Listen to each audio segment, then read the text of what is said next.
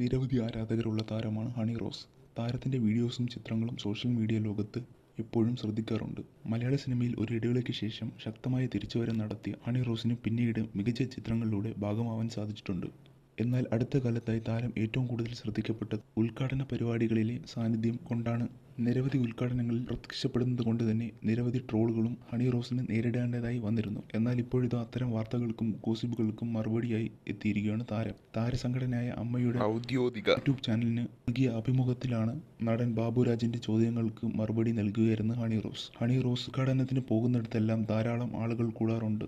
എന്തിനാണ് ഇത്രയധികം ആളുകളെ കാണുമ്പോൾ തോന്നുന്നത് എന്നായിരുന്നു ബാബുരാജിന്റെ ചോദ്യം. അതിന് ഹണിയുടെ മറുപടി ഇങ്ങനെ: ഭയങ്കര സന്തോഷമാണ്. ഞാൻ ബോയ് ഫ്രണ്ട് ചെയ്ത സമയം മുതൽ ഉദ്ഘാടനങ്ങൾക്ക് പോകാറുണ്ട്. ഓൺലൈൻ ചാനലുകളുടെയും യൂട്യൂബ് ചാനലുകളുടെയും സ്വാധീനം ഇപ്പോഴാണ് കുറച്ചും കൂടി കൂടിയത്. ആദ്യ കാലഘട്ടത്തിലൊന്നും ഈ ഉദ്ഘാടനമൊന്നും വന്ന് ഷൂട്ട് ചെയ്യാറില്ല. അതുകൊണ്ട് ഇപ്പോൾ ഒരു ഉദ്ഘാടനം ചെയ്താൽ നാട്ടുകാർ എല്ലാവരും അറിയും. കാരണം അത്രയും ഓൺലൈൻ മാധ്യമങ്ങൾ അവിടെ ഉണ്ടാകും. അതായിരിക്കും ഇപ്പോൾ ആളുകൾ കൂടാൻ കാരണം. ഹണിയുടെ മറുപടിക്ക് പിന്നാലെ ബാബുരാജിന്റെ മറ്റൊരു ചോദ്യവുമായി എത്തി. ആളുകൾ കൂടുന്നത് കൊണ്ടല്ലല്ലോ ഹണിക്ക് ഇത്രയധികം ഉദ്ഘാടനങ്ങൾ ലഭിക്കുന്നത്. ഒരു മാസം എത്ര ഉദ്ഘാടനങ്ങൾ ചെയ്യുന്നുണ്ടാകും?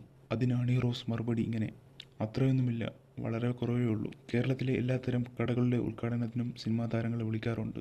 തെലുങ്കിൽ ജ്വല്ലറിയിലും ടെക്സ്റ്റൈൽസിലും മാത്രമേ ചെയ്യാറുള്ളൂ. ചുരുക്കമായ റെസ്റ്റോറൻറ്റ് ഉദ്ഘാടനങ്ങൾക്ക് വിളിക്കാറുള്ളൂ. ഞാനൊരു മരുന്നുകട ഉദ്ഘാടനം ചെയ്തിട്ടുണ്ട്. പിന്നെ ഒരു പെട്രോൾ പമ്പ് ഉദ്ഘാടനം ചെയ്യാൻ എൻക്വയറി വന്നിരുന്നു. പെട്രോൾ പമ്പൊക്കെ എന്തിനാണ് ഉദ്ഘാടനം ചെയ്യുന്നത് എനിക്ക് മനസ്സിലായിട്ടില്ല.